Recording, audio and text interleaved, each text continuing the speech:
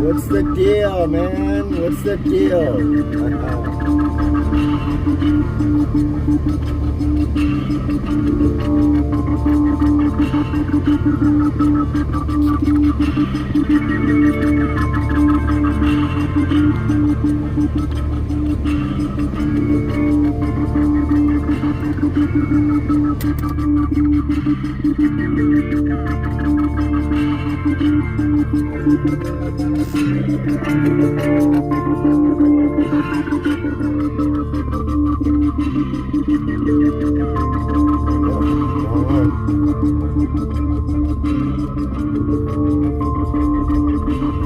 Yeah, so how's it going? I'm gonna start the show, I guess, tonight.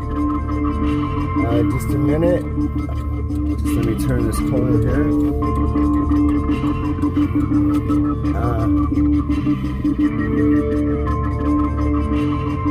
What's the name? Adrian Blair? Adrian Berry? How's it going? Adrian Berry! Thanks for popping in, man. I do a live show every Sunday nights. I try to, anyways. I'm still learning this stuff, but I think I got an idea. So, yeah, I decided to grab a couple beers, you know. So I did that, and so I started the show in the car. Oh, Dwayne McLean, right on. Is he?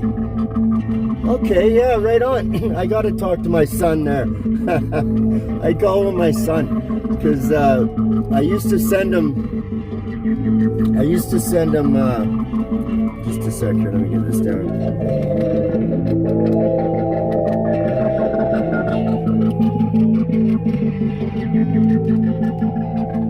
I used to send him like little, I guess, truth drops or whatever, just information about whatever, the Illuminati shit and this and that.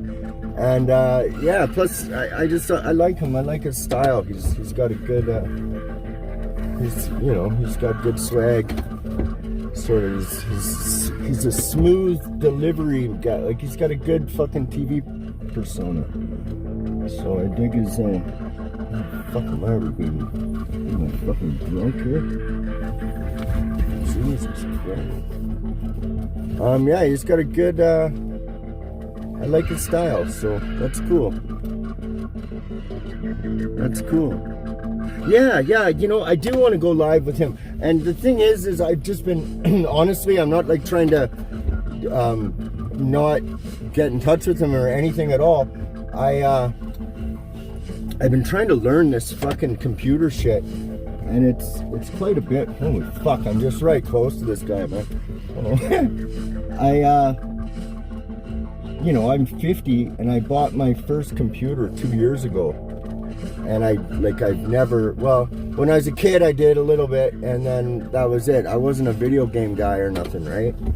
And like, I was on the street and stuff, so the only time I played video games was when I was in jail, really. And I wasn't even in for a whole long time. Like, I just went in and out, so I just didn't really get into it. And then, but I've always been an artist, and I've always been into music, really big into music. And when I learned you could make fucking music on a computer, like, I don't know what I was thinking. I should have done this fucking years ago. Because I used to go hang out in the library when I was homeless, right? When it rains in Vancouver quite a bit. So I would go sometimes, you know, usually like on a welfare day, because, you know, you got money, you didn't really have to go do a score that day. And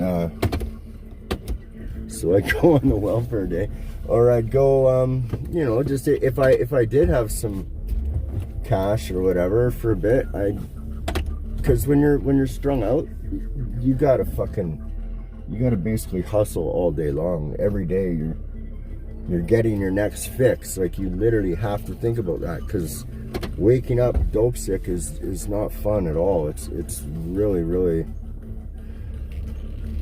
yeah. it's bad, man. It's a bad feeling. It's COVID 10 times worse. But yeah, so we're not doing that kind of shit anymore, and so that's good. But the funny thing is I got into, I've always been into, like, I've always been kind of a dissident. I've always been like, fuck the police, you know. Even when I was a kid, I was a hard kid to, where I grew up, it wasn't Skid Row. I was actually in a fairly suburban place. Like, I was in North Van, where I am now. That's where I grew up. But fucking transmission thing. Oh, there we go. But when you know, at 18 I moved out. My parents got a divorce and blah blah blah, blah blah blah. You know the story. I thought it was my fault, this and that. And my dad was like, okay, you could stay with me, but you're not pulling your shit like you did before. You gotta come. And I'm like, okay, well, I'll just go move in with my buddies. And I moved in with my buddies, and the house burnt down about 2 months later. It's kind of strange. The landlord started threatening us because we always had parties. And then, yeah, it was just weird. I was an asshole back then, I really was. But I'm not anymore, and you know, I'm trying to do good. And yeah, man, I just, you know, when those towers hit, I'd actually gotten fired from my job. So I was home that next day when it happened. And I was like, what the fuck? And then I remember coming out of my house, or was it? Yeah, I just remember going, there's something like this is weird, man. These fucking, like, you know, I didn't fucking believe it. And then, you know, I started getting into YouTube back then, watching it more. Like, I didn't create then. And back then, YouTube was good. YouTube was really good back then. You could go on to there was all kinds of people that had channels, and there's all kind. It didn't, like, I didn't even know you could make money off YouTube until I, you know, a couple of months after I started it. I didn't know. Like, fuck, I had no idea. So, and I still don't make money on YouTube now, but maybe one day. But yeah, I had no idea, right? So I'm like, fucking, it was good. You could, like, there was people that gave a shit, and they were, you know, trying to get truth or whatever, just do their own kind of reporting. And it was a lot more, it just was a lot better. It was the golden age of YouTube. There's about 4 or 5 years, I think, where it was really good, and I caught the tail end of it. And then it just started getting shittier when I joined. Oh, my transmission keeps going out because there's some network bullshit, and it's very frustrating. Sorry, guys. It probably makes the show worse, me fucking bitching about it every time, though, right? You know? Like, fuck. Man, props to my wife. Fuck. She's got to put up with it. But yeah, no, I'll get in touch. I've kind of been, honestly, like, since I haven't really, I've been trying to think about what to do with my channel and everything, because, I mean, when COVID hit, I was like in the prison genre talk, and like there's like recovery channels. I am no way a fucking recovery channel, so don't even go there. But and there's a lot of guys that have done a lot more prison time than I have, so I'm not really the best representative for that kind of thing. But you know, I did, you know, shoot a lot of dope for a long time and stuff. But I also don't really like want to glorify that kind of shit either, because that's a big reason why I'm out, like why that happened to me. In hindsight now, because after this fucking craziness, I started looking into propaganda, like seriously looking into it, taking notes and shit. And I will. Yeah, thanks, man. Thanks. Yeah, I've been kind of, just humming it over with the wife a bit too, because she's nice looking. My wife's still got it, and I like to, when I'm in doing the computer all the time, right? It's, I don't watch TV or anything anymore, so yeah, I kind of wanted to incorporate her a bit. And when I started going downtown too, I'll be honest with you guys, because I called it Skid Row interviews, right? So I'm like, okay, yeah, we'll do the fucking interviews. And we did for a while, and then people started dying. Like, really close to me dying. Like, I literally was at the guy's house, the next day he's dead.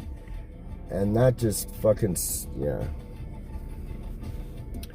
That's I don't really want to get into that, but that's part of the reason. And there's, the way my wife and I met was down there. So, I don't like to just sort of air that shit, because, I wouldn't want her talking about stuff like that, So, although it's past, and you know what I mean, it's this and that, it's like out of respect, right? She knows what I'm about. When I was down there, she saw me, like, that's, but yeah, that's cool. I will contact him. Thank you very much. Man Bear.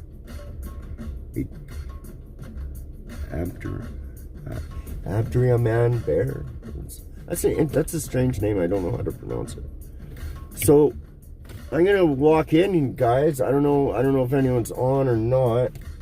This thing doesn't usually tell me the truth, so